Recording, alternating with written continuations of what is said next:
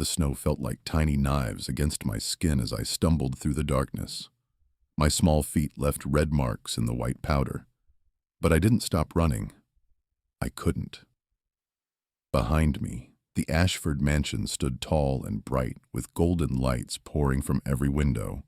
That had been my home just an hour ago. Now, the guards had orders to shoot me if I came back. I was 8 years old, and I didn't understand why the people I loved most in the world had watched me get thrown out like garbage. My name is Kai Rivers, and this is the story of how I lost everything, built myself back up, and discovered that sometimes the people who break your heart are the only ones who can make it whole again. Let me take you back to the beginning, before that terrible winter night, back when I was happy. The Ashford estate was the biggest property in the entire kingdom. Duke Richard Ashford owned lands that stretched farther than anyone could walk in a week. He was powerful, respected, and feared. But to me, he was just the father of my 4 best friends. Leon, Theo, Felix, and Noah Ashford were quadruplets, born on the same spring morning 8 years ago. They were all alphas, which meant they would grow up to be strong and important. I was an omega, which meant I was supposed to be gentle and need protection. We didn't care about those labels back then. We were just kids who played together every single day. I lived in the mansion because my parents worked for Duke Richard. My father was his advisor, and my mother managed the household staff. I had my own room in the East Wing, right next to the quadruplets' rooms.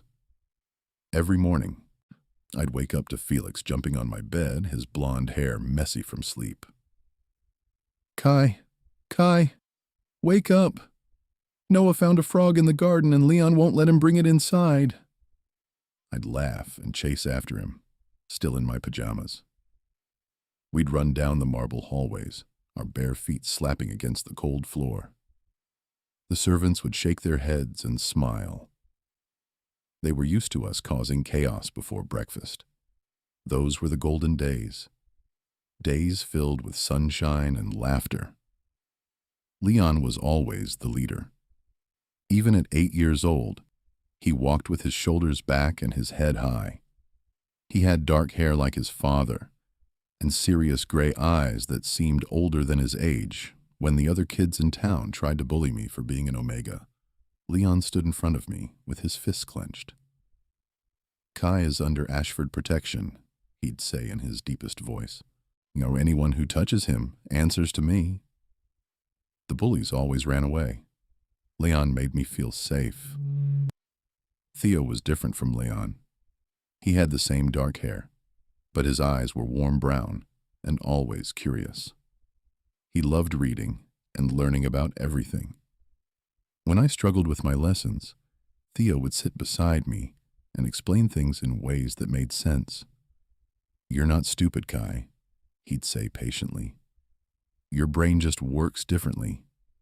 That makes you special, not less." Theo made me feel smart. Felix was the sunshine of the group. He had golden blonde hair that he refused to comb, and green eyes that sparkled with mischief. He loved art and music and making people laugh. Whenever I felt sad, Felix would do something silly until I smiled again. "There it is," he'd cheer when I finally laughed. "The world is better when Kai smiles." Felix made me feel joyful. Noah was the quietest of the 4 brothers. He had silver white hair that was unusual for the family, and deep blue eyes that noticed everything. While his brothers were loud and energetic, Noah would sit beside me and just be there. We could spend hours in comfortable silence, watching clouds or feeding the ducks in the pond. "I like being with you," Noah once told me. "You don't expect me to talk all the time." Noah made me feel understood. Together, the 5 of us were inseparable. We had a secret hideout in the old oak tree behind the stables. We carved our names into the trunk and made a promise. pressing our small hands together in a circle.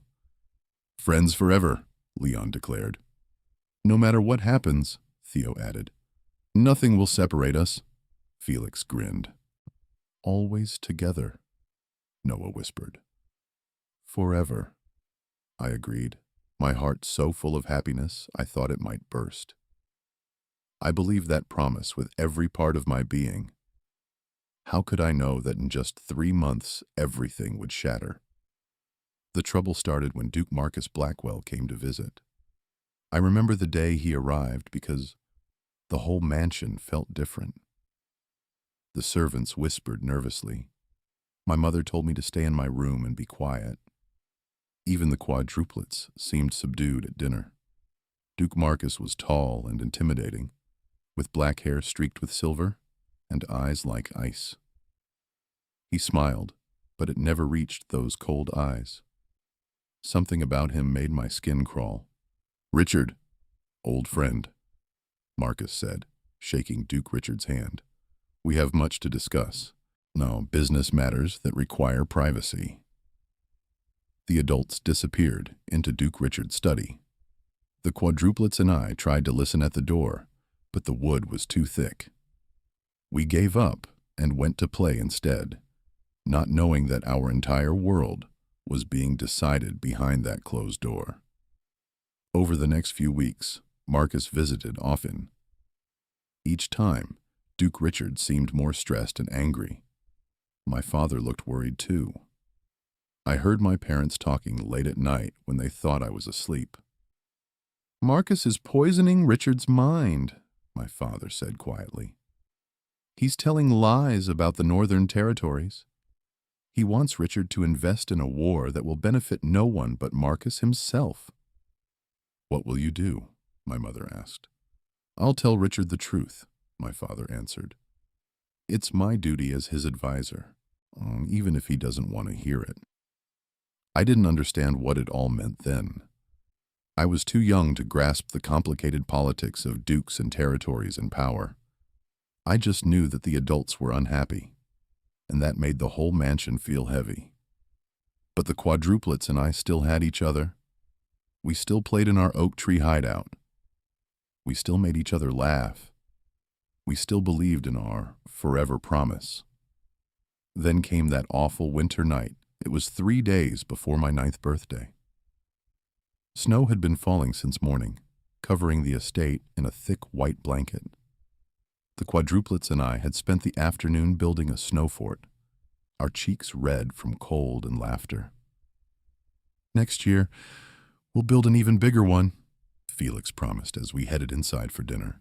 "We'll make it taller than the stables." "Kai's birthday party will be the best one yet," Theo agreed. "I'm planning something special."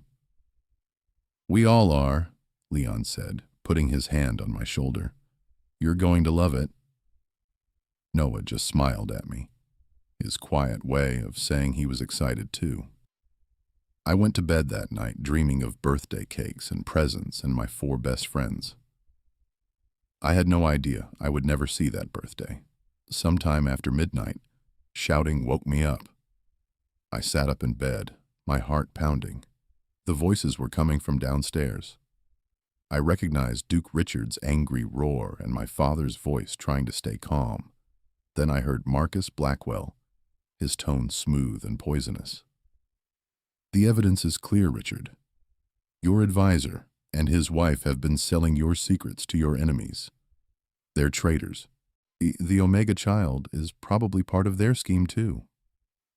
You must act now before they destroy you completely." "No," I whispered into the darkness. My parents would never betray Duke Richard. We loved this family. This was our home. But Duke Richard was yelling now. "How could you? After everything I've done for you. Get out. Get out of my house immediately." I heard my mother crying. My father was pleading, trying to explain. But Duke Richard wouldn't listen. Heavy footsteps stomped up the stairs. My door burst open. Guards I had known my whole life stood there with hard faces. "The Omega child must leave," one of them said. He wouldn't look at me. Duke's orders. "But this is my home," I said, my voice shaking. "Where are my parents? I want my parents." "They're already gone. Come with us. Now." They didn't let me pack anything, and they didn't let me put on proper clothes or shoes. I was dragged down the stairs in my thin nightshirt, barefoot, crying and calling for my mother. In the grand hallway, I saw Duke Richard standing with Marcus Blackwell. Marcus had a small smile on his face that made my blood run cold. "Please," I begged Duke Richard. "My parents didn't do anything wrong. Please don't make me leave. This is my home. The brothers are my friends. Please." "Your parents are traitors," Duke Richard said, his face like stone. "Their child has no place in my house. Be grateful I'm not having you arrested too." "The brothers," I cried. "Let me say goodbye to Leon, Theo, Felix, and Noah. Please." "My sons have no need for Omega trash," Duke Richard said coldly. "Guards, remove this child from my property. If he returns, do you have my permission to use force?"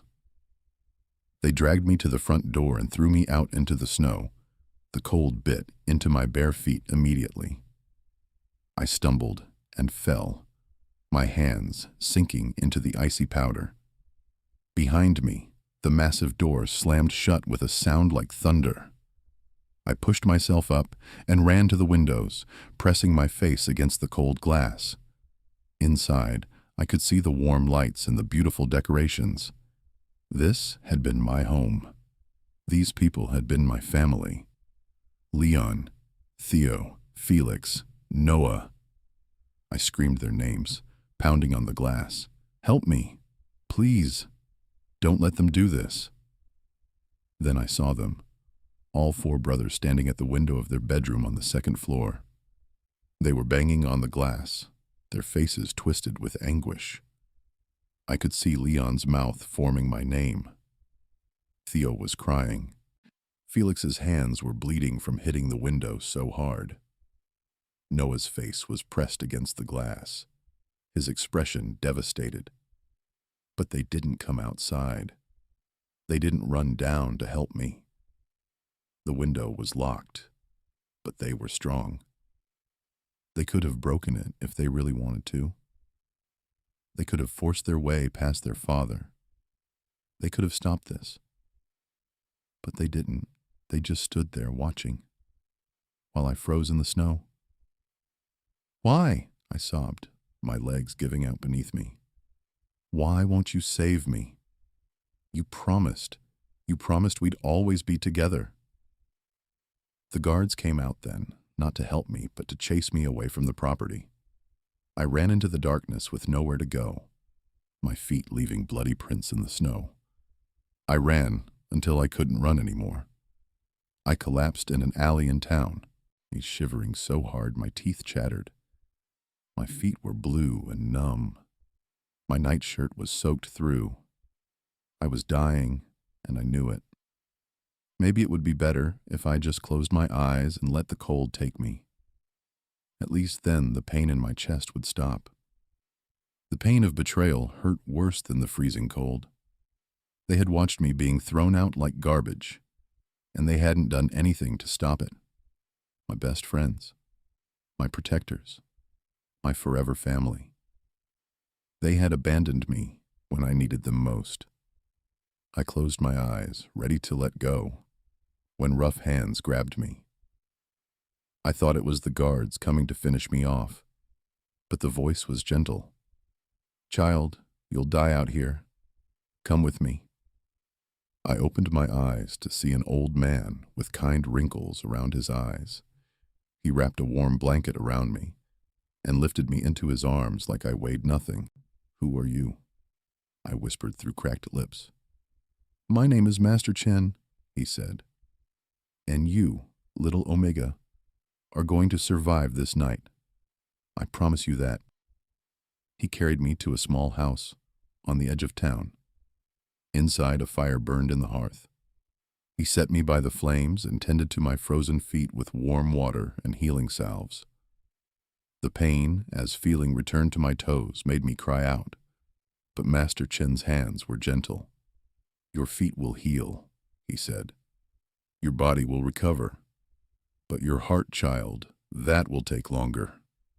"They didn't come for me," I whispered, staring at the flames. "I thought they loved me, but they just watched while I was thrown away." Master Chen was quiet for a long moment. Then he said something I would never forget. "Sometimes the people we love hurt us the most, and sometimes they fail us when we need them. But that doesn't mean you stop being worthy of love. It means they were not worthy of you." "I don't want to love anyone ever again," I said, my voice hard, despite my young age. "Love is just another word for pain." "Perhaps," Master Chen said, "or perhaps you haven't learned what true love looks like yet. Time will tell, young Kai. Time will tell." I stayed with Master Chen that winter, recovering from my ordeal. He asked me questions about my life, and I told him everything. About the Ashford estate, about my parents who I never saw again, about 4 boys who promised forever, but delivered abandonment instead. "What will you do now?" Master Chen asked me one morning as spring began to arrive. I looked out the window at the melting snow. Somewhere in this kingdom, my parents were either dead or in prison for crimes they didn't commit.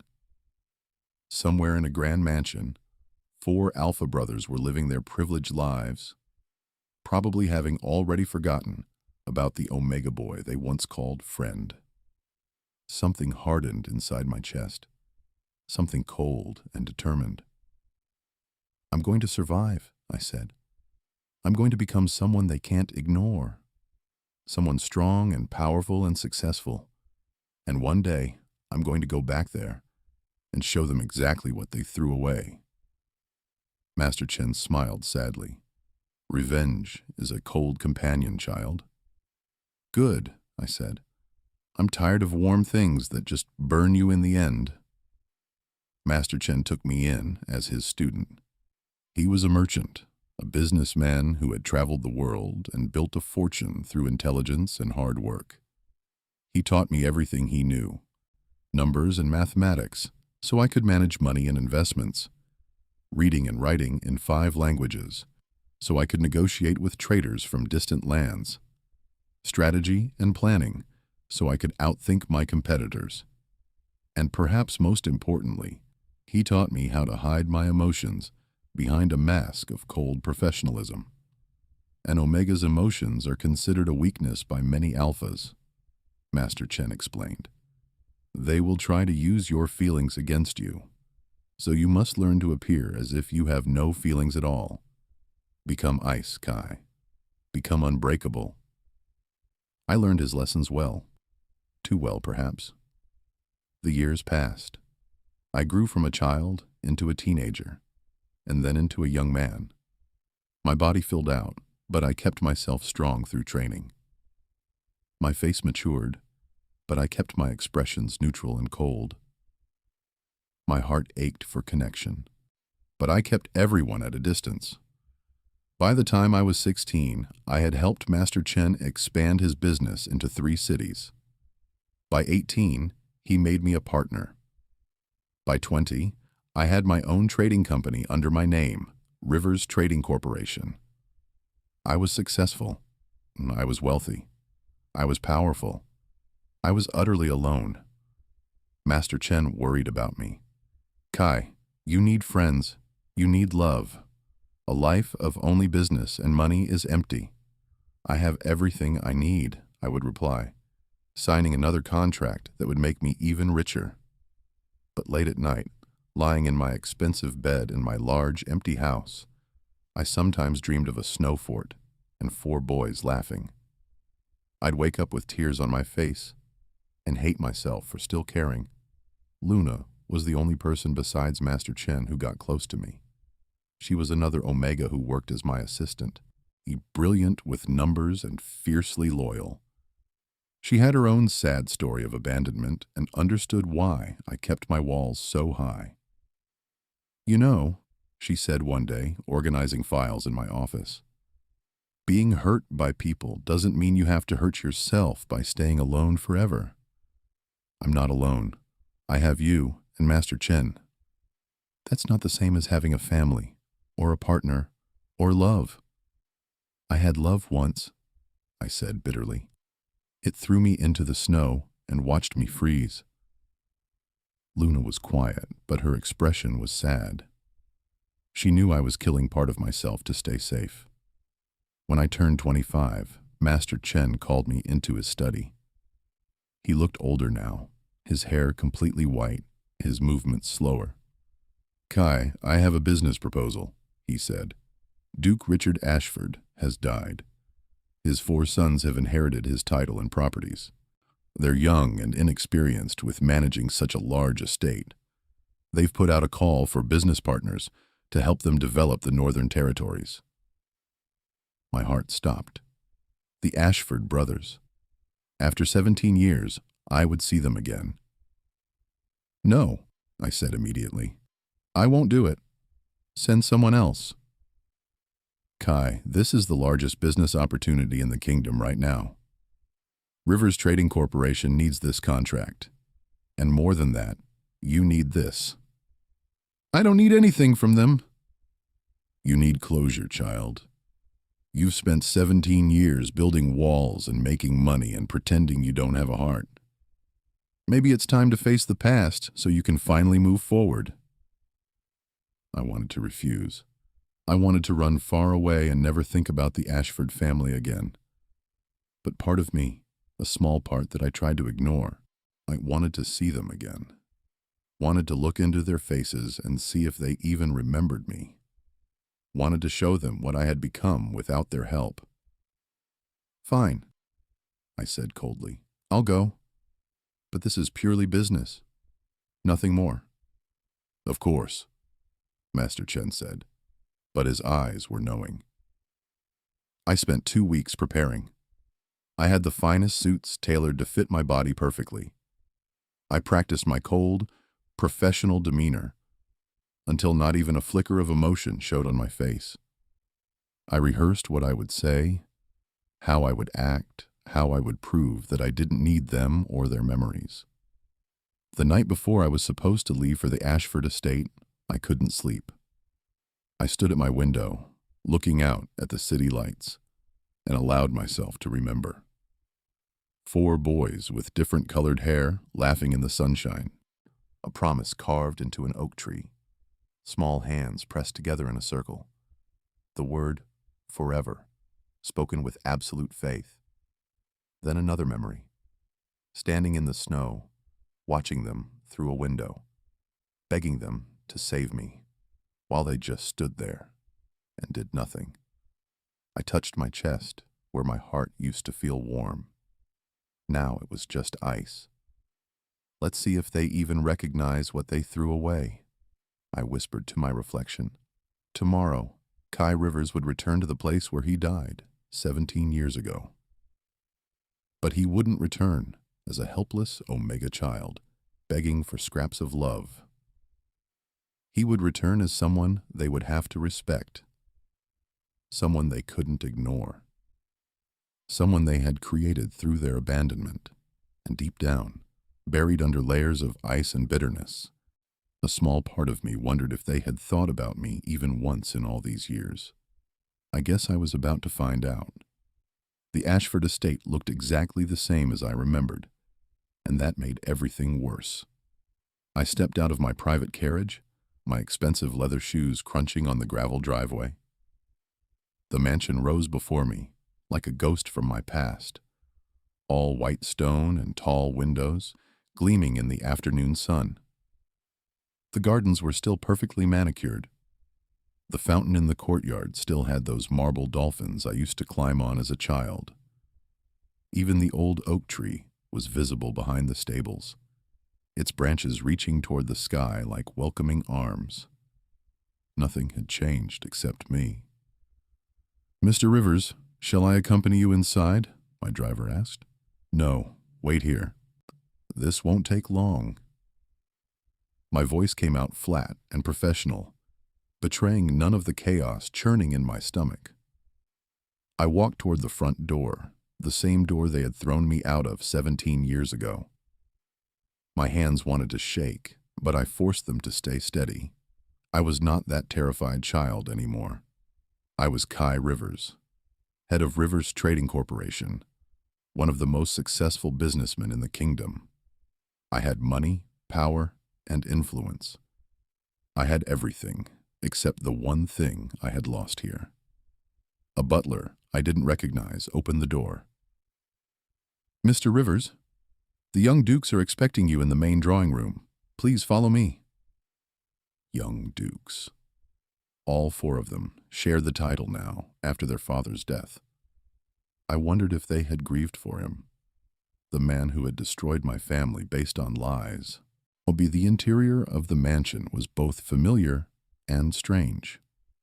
The layout was the same, but everything had been redecorated. New paintings hung on the walls. New furniture filled the rooms. They had erased the past and built something new. If only I could do the same with my memories. "The young Dukes will be with you shortly," the butler said, opening the door to the drawing room. "May I bring you tea?" "No, thank you." I didn't plan to stay long enough to drink tea.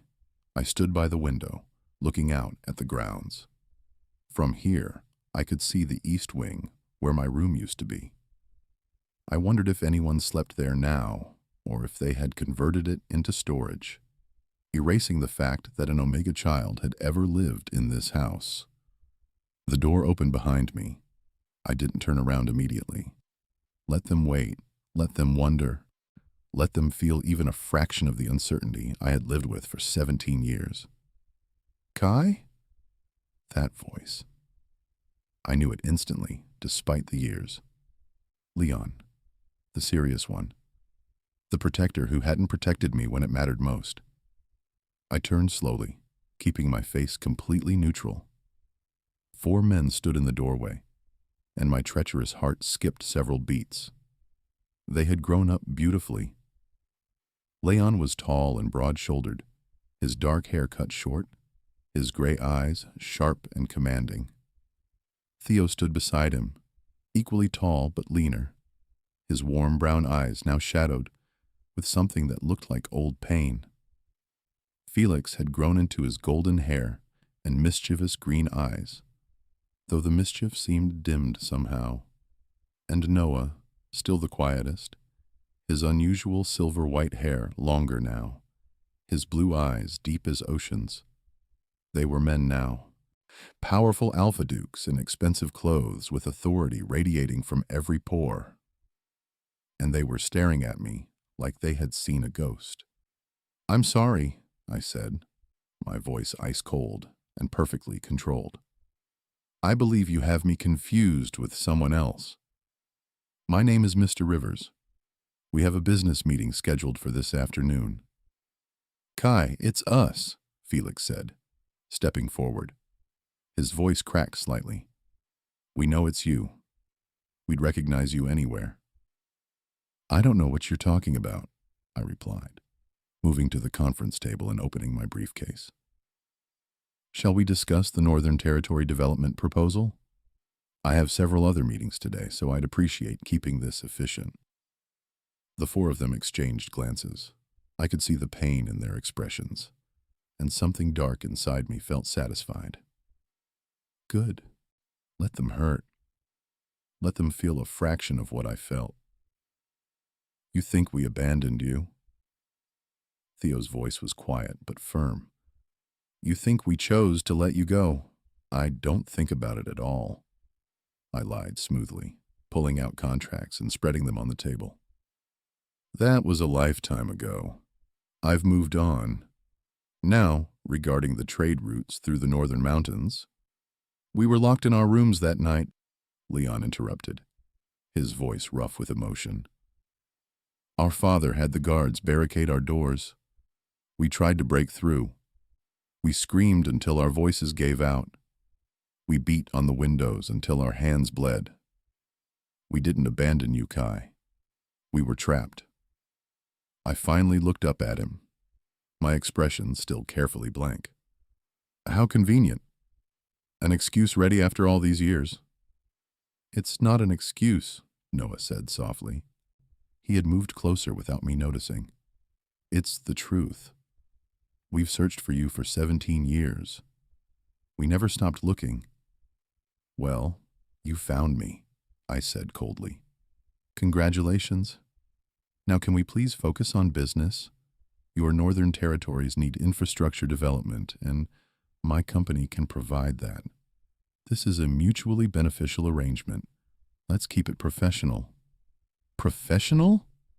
Felix's voice rose with frustration. Kai, we loved you. We still don't. The word came out sharper than I intended, the first crack in my armor. I took a breath and smoothed my expression again. Whatever you think you remember, whatever feelings you believe you had, they're in the past. I'm here to make a business deal, nothing more. The room fell silent.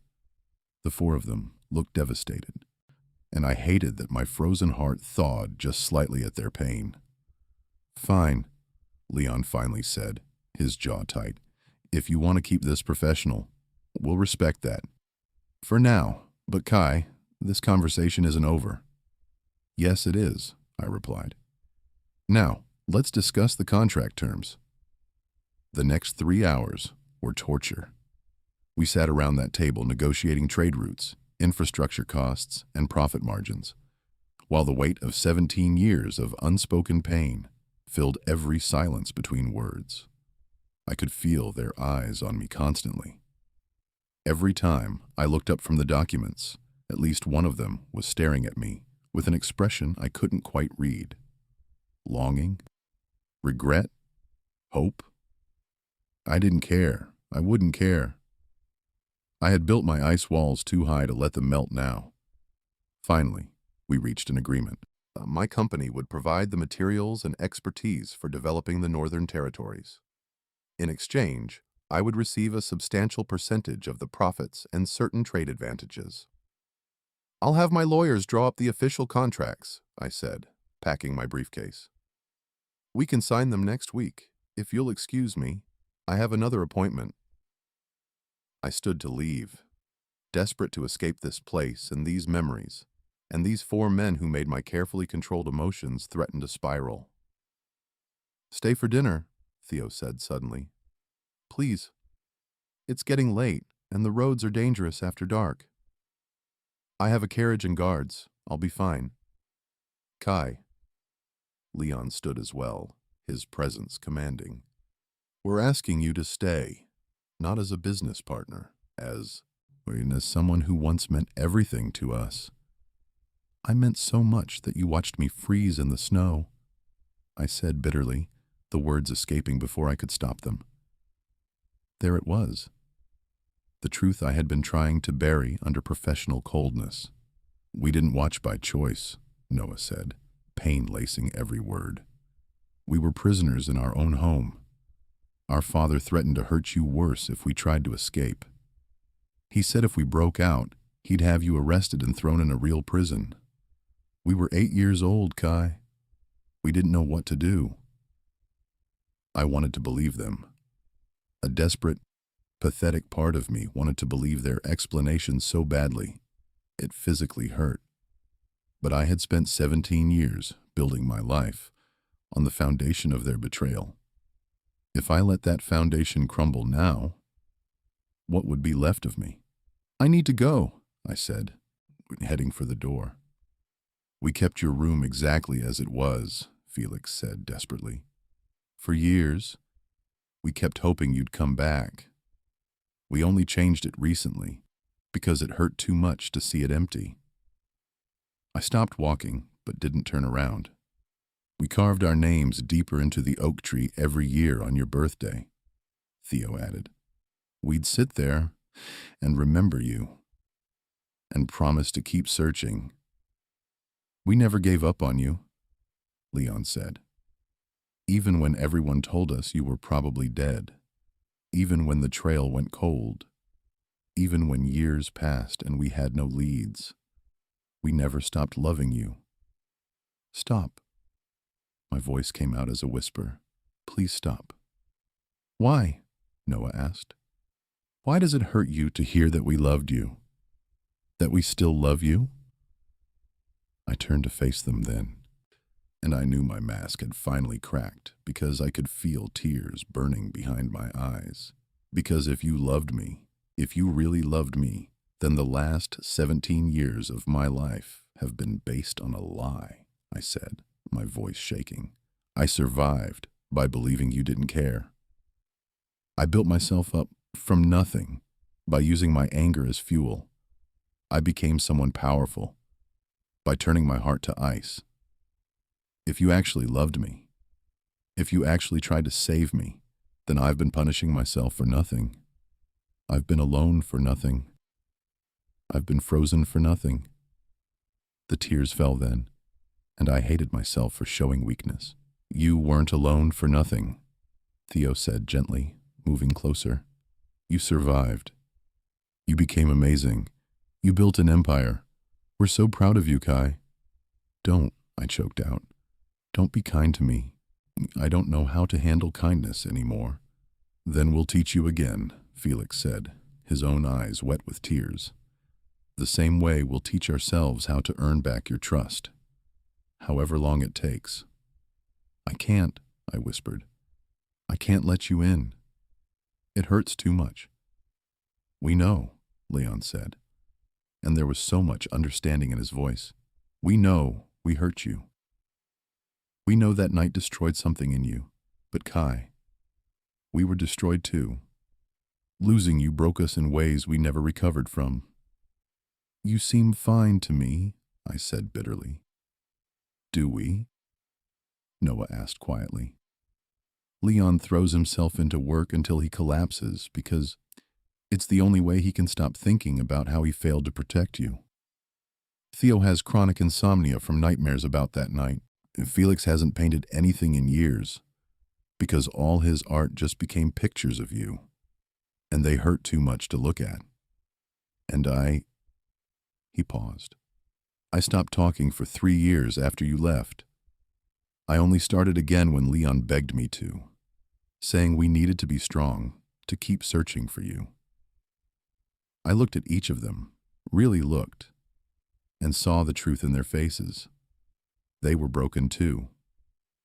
Maybe not in the same ways I was broken, but damaged nonetheless. I don't know how to do this, I admitted. I don't know how to let go of the anger. It's the only thing that's kept me going. You don't have to let it go all at once, Theo said. Maybe you just put it down for a few hours. Have dinner with us. Let us show you the oak tree. See your old room. And if it's too much, you can pick the anger back up and leave. We won't stop you. I should have said no. I should have walked out that door and never looked back. But I was so tired. 17 years of being cold and alone and angry was exhausting.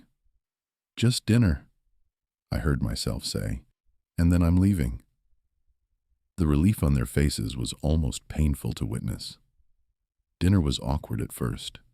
We sat at the massive dining table, just the 5 of us in a room that could hold 50. The servants brought course after course of expensive food, and I picked at it without really tasting anything. Do you remember the time we snuck into the kitchen and tried to make cookies? Felix asked, attempting to lighten the mood. We set the curtains on fire. And blamed it on the cat, Theo added with a small smile. Despite myself, I felt my lips twitch. The cat's name was Muffins. She was older than all of us combined and could barely walk. No one believed us. But we stuck to the story, Leon said. All 5 of us. We got in so much trouble, but we didn't care because we were together. We were a team, Noah said softly, looking at me. We were always better together. The conversation continued, memories surfacing like bubbles in water. Some made me want to smile. Others made my chest ache with loss. After dinner, they walked me outside to the oak tree. It stood tall and strong, its trunk marked with countless carvings. I could see our original names, carved by small, clumsy hands 17 years ago. But beneath them were more carvings. Kai's 9th birthday, we will find you. Kai's 10th birthday, never forgotten.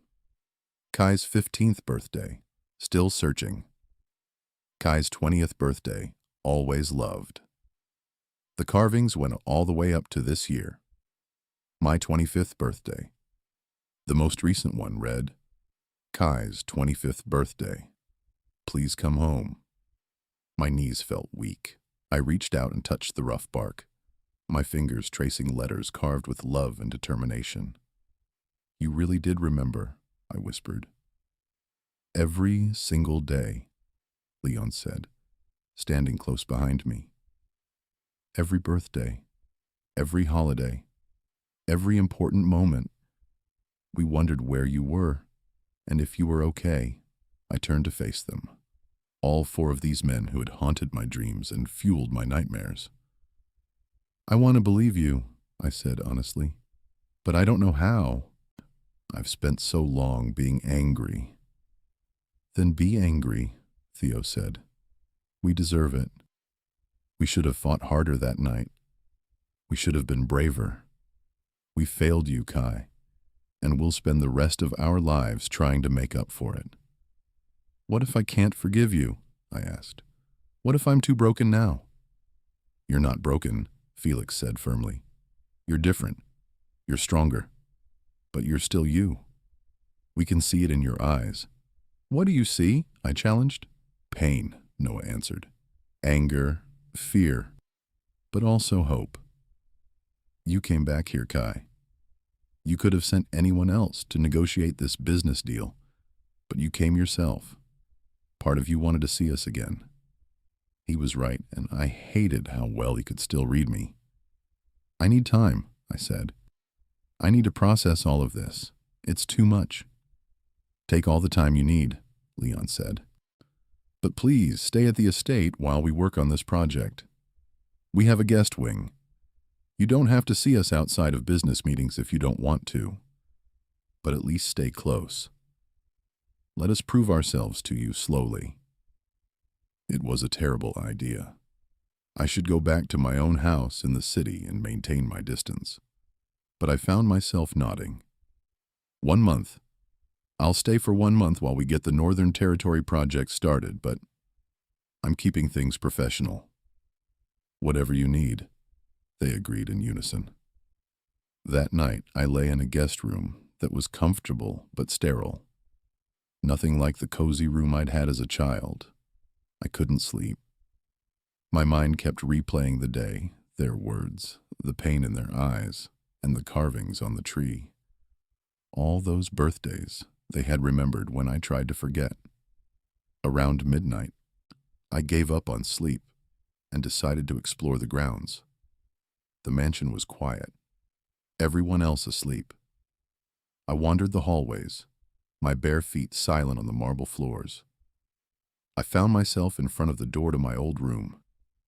They had said they'd changed it recently, but I hadn't asked what they'd done with it. I turned the handle slowly and pushed the door open. The room was now a library, floor-to-ceiling bookshelves filled with thousands of volumes. A comfortable reading chair sat by the window, and on the desk was a box. Curious, I approached it. The box was made of polished wood, with my name carved into the lid. Inside were hundreds of letters, each one addressed to me. With shaking hands, I pulled out the first one. It was dated a week after I had been thrown out, written in Leon's careful handwriting. Dear Kai, we're sorry. We're so sorry. We tried to save you. Please be alive. Please come back. We miss you. Love, Leon, Theo, Felix, and Noah. The next one was from 2 weeks later. Then a month. Then every week, for years. Sometimes they were long, filled with details about their lives and their search for me. Sometimes they were short, just a few lines saying they missed me and hoped I was safe. Every single letter ended the same way. Love, Leon, Theo, Felix, and Noah. I read through them with tears streaming down my face. Years of their lives documented in these letters they had written, even though they had no address to send them to. They had written to me anyway, keeping faith that somehow, someday, I would read them. The most recent letter was from yesterday, written just before I arrived. Dear Kai, tomorrow you're coming back. We're terrified and excited and hopeful and scared. We know you probably hate us. We know we failed you when you needed us most. But we need you to know that not a single day has passed where we didn't love you. You were our best friend, our missing piece, our heart. And if you give us a chance, we'll spend the rest of our lives proving that to you. Whatever it takes, however long it takes, we're not giving up on you again. Never again. Love, Leon, Theo, Felix, and Noah. I sat on the floor of that library, holding letters written by 4 boys who grew into men still loving someone who had tried to stop loving them back. And for the first time in 17 years, I let myself feel something other than anger. I felt the grief I had buried, the loneliness I had ignored, the desperate aching hope that maybe, just maybe, I didn't have to be alone anymore. The door opened softly. Noah stood there in his sleeping clothes, his silver hair messy. I heard you walking around, he said quietly. I wanted to make sure you were okay. I found the letters, I said, my voice thick with tears. We wrote one every week, Noah said, sitting down beside me on the floor. Even when it seemed pointless, even when we thought you might never see them, we needed you to know. Know what? That you were loved, that you were remembered, that you mattered. Noah looked at me with those deep blue eyes. You still matter, Kai. You matter more than anything. I wanted to say something cutting, something to push him away and protect myself. But I was too tired of fighting. Instead, I did something I hadn't done in 17 years. I let someone comfort me. I leaned against Noah's shoulder and cried while he held me, his arms gentle and safe. I'm so tired, I whispered. I'm tired of being angry and cold and alone. Then rest, Noah murmured. We've got you now. You don't have to carry it all by yourself anymore. We sat there for hours, me crying out 17 years of frozen pain, while Noah simply held me and let me break. Eventually, the other 3 found us. They had heard me crying and came running. They surrounded me, all 4 of them, creating a protective circle. I don't know how to do this, I admitted to them. I don't know how to trust you again. One day at a time, Leon said, his hand on my shoulder. We'll prove ourselves one day at a time. We'll mess up, Theo added honestly. We're not perfect, but we'll try. We'll try so hard, Kai. And we'll never, ever give up on you again, Felix promised. Never. I looked at each of their faces, seeing the sincerity and love and desperate hope. Okay, I whispered. Okay, I'll try too. I'll try to let you in. The relief and joy on their faces made my damaged heart skip. Maybe I was making a mistake. Maybe I would regret this. Maybe they would hurt me again, but maybe, just maybe, the love I had mourned for 17 years wasn't actually dead. Maybe it had just been waiting for the right moment to come back to life. I woke up the next morning in my old room. Not the library that had replaced it, but my actual childhood room, which apparently the brothers had recreated perfectly in a different wing of the mansion while I slept. Every detail was exact, from the blue curtains to the toy box in the corner to the books on the shelf. We had the servants move everything while you were sleeping, Felix explained when I emerged, confused and emotional. We wanted you to have a space that felt like home. This is manipulative, I said, but there was no real anger in my voice. Absolutely, Theo agreed with a small smile. We're determined to make you stay, and we'll use every tool we have. Even emotional manipulation. Especially emotional manipulation, Leon said, appearing with a breakfast tray. Now eat. You barely touched dinner last night. I should have been annoyed. Instead, I found myself fighting a smile as I sat down to eat the exact breakfast I had loved as a child. Chocolate pancakes with strawberries. You remembered, I said softly. We remember everything about you, Noah replied, sitting beside me on the bed, like he used to do when we were young. The next few weeks fell into a strange rhythm. During the day, we worked on the Northern Territory project. I remained professional during business hours, keeping my walls up and my emotions controlled. But in the evenings, the walls crumbled a little more each day. We started having dinner together every night. At first, the conversations were awkward and surface level. But gradually, we began to really talk. What was it like? Theo asked one evening. Those first few years after that night. I could have refused to answer. Part of me wanted to keep those painful memories locked away. But they had shared their letters with me, their vulnerabilities. Maybe I owed them the same. Master Chen found me nearly frozen to death, I said quietly. I spent 2 months recovering. My feet were so badly damaged that the doctor said I might never walk properly again. But Master Chen got me the best healers, and slowly I healed. I paused. Physically, anyway. And emotionally? Leon asked gently. I turned myself off, I admitted. It hurt too much to feel anything, so I just stopped. I focused on learning and growing and becoming successful. I didn't make friends. I didn't let anyone get close. I was determined to never be vulnerable again. That sounds lonely, Felix said, his green eyes sad. It was, I agreed, but loneliness felt safer than love. And now? Noah asked. How does it feel now?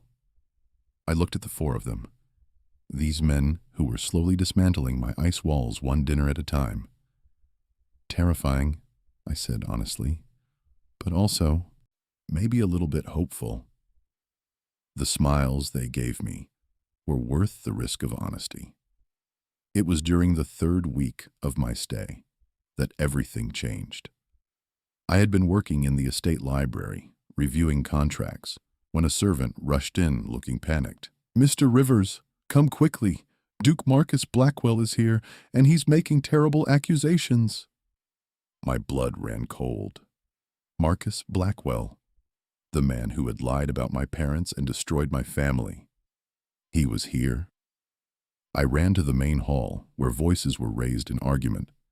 Marcus stood in the center of the room, his face red with anger, while the 4 brothers faced him with hostile expressions. This Omega is a criminal, Marcus was shouting. His parents were traitors, and he's clearly following in their footsteps. He's using you boys for your money. I stepped into the room, and Marcus's eyes locked onto me with pure hatred. You, he hissed. I thought you were dead. You should have stayed dead. Hello, Marcus, I said coldly.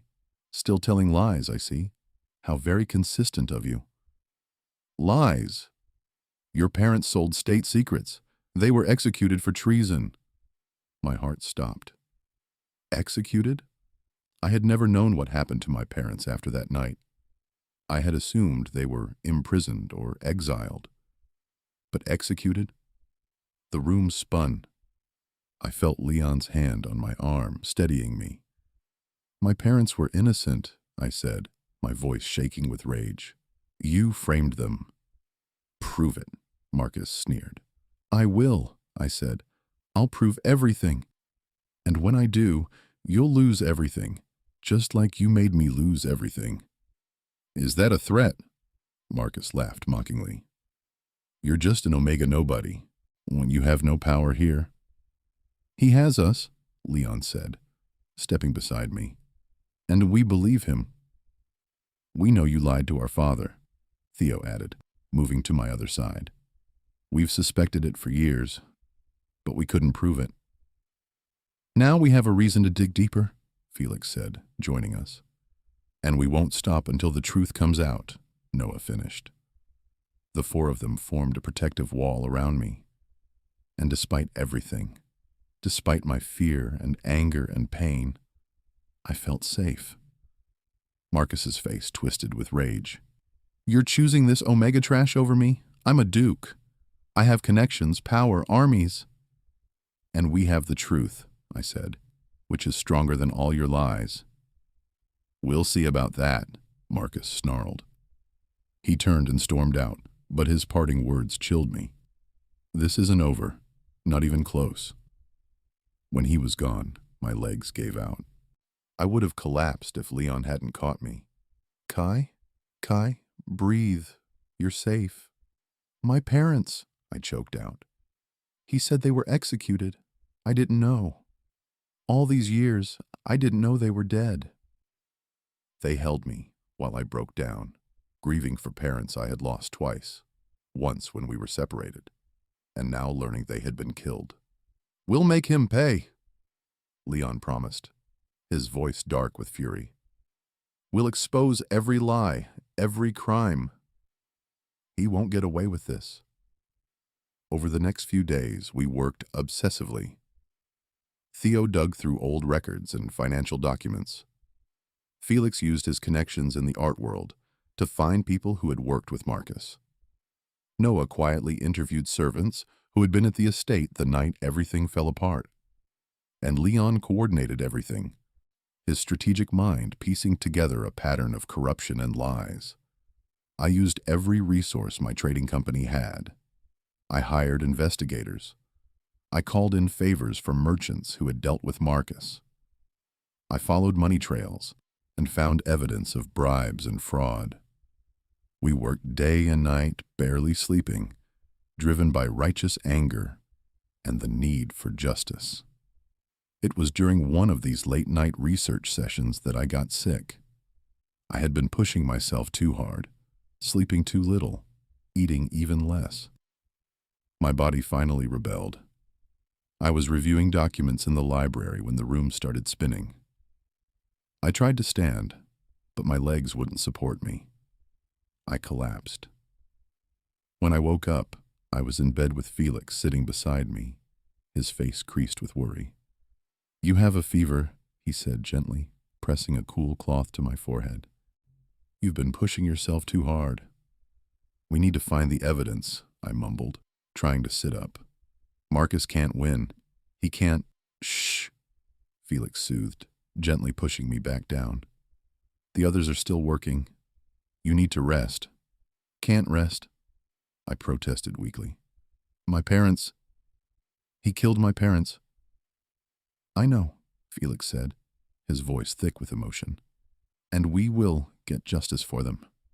I promise you, Kai. But right now, you need to let us take care of you. Through my fever haze, I felt him holding my hand, exactly like he used to when we were children, and I had nightmares. Why did you leave me? I whispered, the fever making me vulnerable. Why didn't you come for me? Felix's face crumpled. We tried. God, Kai, we tried so hard. Our father locked us up. He said if we escaped, he'd have you killed. We were just kids. We didn't know what to do. Scared, I mumbled. I was so scared, and cold, and alone. I know, and I'm so sorry. Felix was crying now, tears falling on our joined hands. I'm sorry we weren't brave enough. I'm sorry we let you down. I'm sorry for every night you spent cold, when you should have been warm and safe with us. Love you, I said, the fever breaking down my last defenses. Never stopped. Tried to, but couldn't.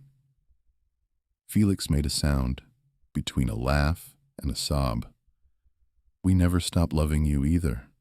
Not for a single second. I drifted in and out of consciousness for 2 days. Each time I woke, one of the brothers was there. Leon, changing my cold compress and making me drink water.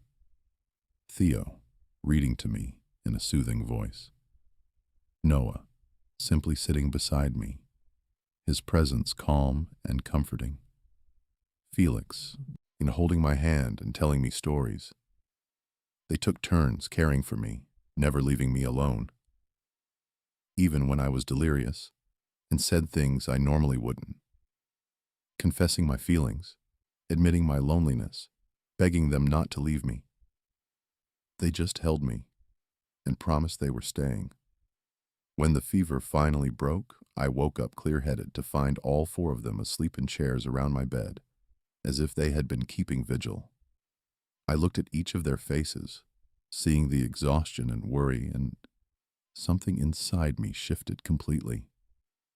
These men loved me. Really, truly loved me.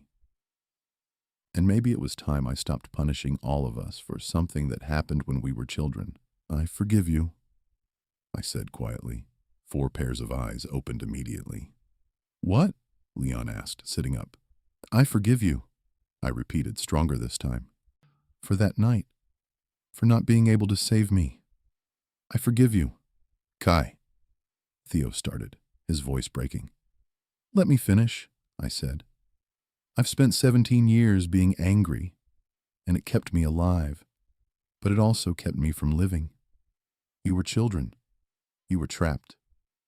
You did what you could, and then you spent almost 2 decades trying to make up for it. That's more than enough. So I forgive you. And more than that, I want to stop running from this. From you. From us. What are you saying? Felix asked, hope shining in his eyes. I'm saying I want to try, I said. I want to see if we can be something together. I'm still scared. I'm still broken in a lot of ways, but I think maybe you are too, and maybe we can heal together. The joy on their faces made my healing heart sing. Are you sure? Noah asked quietly. We don't want to rush you. I've wasted 17 years being sure I wanted nothing to do with you, I said. I think it's time I take a risk on being unsure but hopeful instead. Leon moved first, kneeling beside the bed and taking my hand. Kai Rivers, I love you. I've loved you since we were children making forts in the snow. I loved you through every year you were gone, and I'll love you for every year we have left. Will you let me prove it to you? Yes, I whispered. Theo knelt on the other side. I love you too. You're the smartest, strongest, most amazing person I've ever known. Let me spend my life showing you how incredible you are. Yes, I said, tears starting to fall. Felix knelt at the foot of the bed. I love your smile, even though I haven't seen it in years. I love your strength. I love everything you are and everything you're still becoming. Let me make you happy. Yes, I laughed through my tears.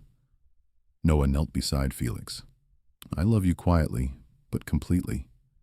You're the other half of my soul. Let me stay by your side forever. Yes, I said. Yes to all of you. Yes to this. Yes to us. They surrounded me then, 4 alphas who had chosen 1 omega, making promises they intended to keep this time. But our happiness was interrupted the next day when we received terrible news.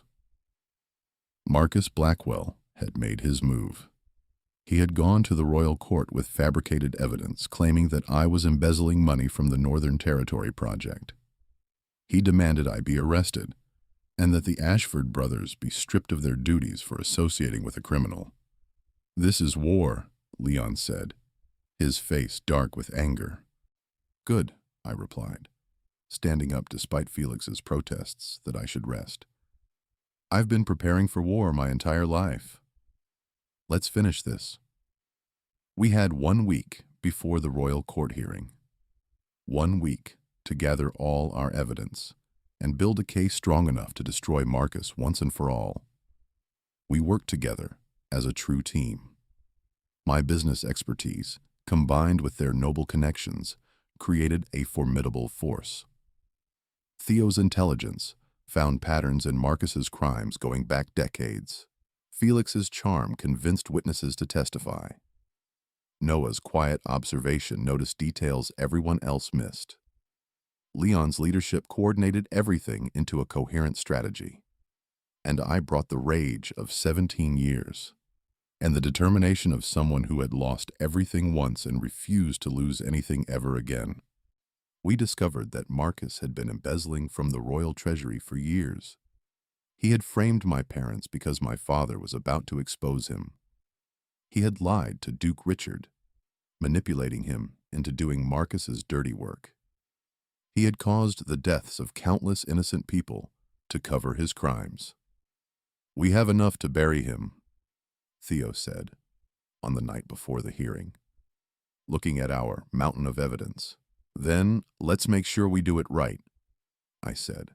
The royal court hearing was held in the Grand Palace throne room. The king himself presided, with hundreds of nobles watching. Marcus sat on one side with his lawyers, looking confident. We sat on the other, with boxes of evidence and a determination that burned like fire. Marcus presented his fabricated evidence first, trying to paint me as a criminal who had seduced the Ashford brothers to steal their fortune. "This Omega has been manipulating these young dukes," Marcus declared dramatically. "He disappeared for years, building a criminal empire, and returned to take advantage of their grief and loneliness. He's a predator who should be executed like his traitor parents," the crowd murmured. I felt my hands shaking with rage, but Leon squeezed one hand, while Noah squeezed the other, keeping me grounded. Then it was our turn. Theo stood and presented our evidence methodically and brilliantly. Every crime Marcus had committed, laid out with proof, financial records, witness testimonies, letters in Marcus's own handwriting ordering illegal activities. "Marcus Blackwell didn't just frame Kai's parents," Theo said, his voice ringing through the silent throne room. "He framed them because they discovered he was embezzling from the royal treasury. He manipulated Duke Richard Ashford into doing his dirty work, throwing out an innocent child to die in the snow, all to cover his own crimes." Felix presented witnesses, servants who had heard Marcus bragging about his schemes, merchants he had defrauded, nobles he had blackmailed. Noah presented the timeline, showing how every one of Marcus's actions had been calculated to increase his own power while destroying anyone who threatened him. And Leon presented the final piece, a confession from Marcus's own accountant, who had kept copies of everything as insurance and was now willing to testify in exchange for immunity. The evidence was overwhelming, undeniable, devastating. I watched Marcus's confident expression crumble into panic as he realized he was caught. Finally, I stood to speak. "Marcus Blackwell destroyed my family," I said, my voice steady and clear. "He killed my parents for trying to do the right thing. He had me thrown out to freeze to death because I was inconvenient. He separated me from the people I loved most in the world for 17 years. He did all of this for money and power." I paused, looking directly at him, but he failed. I survived. I thrived. And now, I'm here to make sure he faces justice for every life he's destroyed. The king deliberated for less than an hour before returning with his verdict. "Marcus Blackwell, you are found guilty of treason, embezzlement, fraud, and conspiracy to murder. You are hereby stripped of your title, your lands, and your freedom."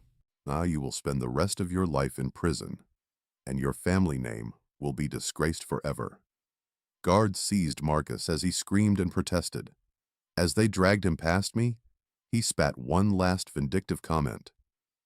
"You're still just a worthless Omega. You'll never be anything more." I looked at him with pity rather than anger. "I'm an Omega who was loved by 4 incredible Alphas," I said calmly. "I'm an Omega who built a fortune from nothing. I'm an Omega who survived your attempts to destroy me and came back stronger. You're right that I'll never be anything more, because I'm already everything I need to be." His screams echoed as they dragged him away. The king turned to us.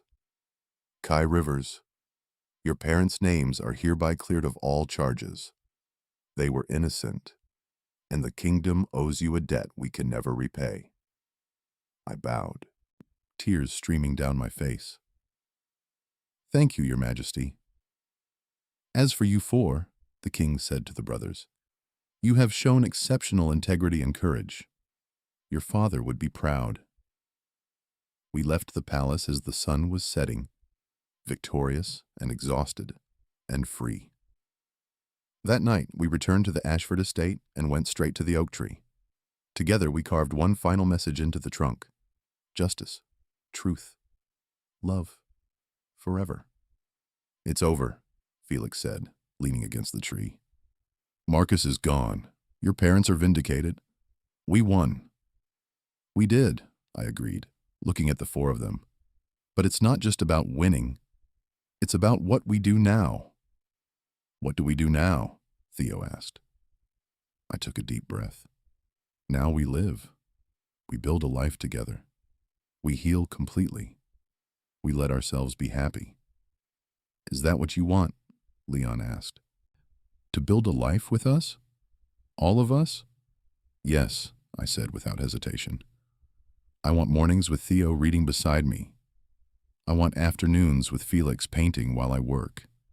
I want evenings with Leon planning our future. I want nights with Noah in comfortable silence. I want all of it, with all of you." "Even though we're 4 Alphas and you're 1 Omega?" Noah asked. "People will talk." "Let them talk," I said. "I've spent my whole life caring what people think. I'm done with that. I only care what you think. Do you want this? Want me? Want us?" They answered by surrounding me, 4 pairs of arms creating a circle of warmth and safety. "We've wanted this since we were 8 years old," Leon said.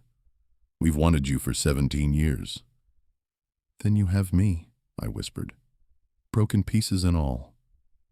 "You're not broken," they said together. "You're perfect."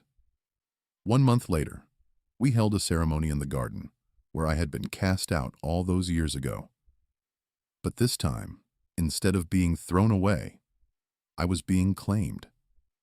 The 4 Ashford brothers knelt before me in front of hundreds of witnesses, nobles, merchants, servants, and friends. "Kai Rivers," Leon said, his voice strong and clear, "will you accept us as your bonded Alphas? Will you let us love you, protect you, and cherish you for the rest of our lives? Will you build a family with us?" Theo added. "Will you let us make you happy?" Felix asked. "Will you stay with us forever?" Noah finished. I looked at each of their faces, these men who had broken my heart, and then spent years carefully putting it back together. "Yes," I said, my voice ringing with certainty. "Yes to all of it. Yes to forever." They stood, and each one kissed me. Leon with passion and promise, Theo with gentleness and devotion, Felix with joy and hope, Noah with quiet intensity and complete love. The crowd cheered as we were officially bonded, 4 Alphas and 1 Omega, choosing each other against all odds. Master Chen, watching from the front row with tears in his eyes, later told me he had never seen me look so happy. He was right. For the first time since that terrible winter night 17 years ago, I was completely, genuinely, radiantly happy. That evening, we returned to the oak tree one final time. I looked up at the branches that had witnessed so much of our story. "We should carve something new," Felix suggested. "What should we carve?" I asked. Leon smiled and handed me a knife. Together, we carved 4 simple words. We made it home. And we had. After 17 years of pain and separation and healing, we had finally found our way back to each other. I was no longer the frightened child thrown into the snow. I was no longer the angry young man building walls of ice. I was Kai Rivers, beloved Omega of 4 devoted alphas, successful businessman, survivor of betrayal, warrior for justice, and finally, completely whole. "I love you," I said to them as we stood together under our tree. "We love you too," they replied. "Forever." And this time, I knew that forever was a promise they would keep. The end. Want more stories like this? If you loved Kai and the Ashford brothers' journey, from heartbreak to healing, please subscribe to my channel. So hit that notification bell so you never miss when I post new Omegaverse romance stories featuring betrayal, revenge, redemption, and love that conquers all.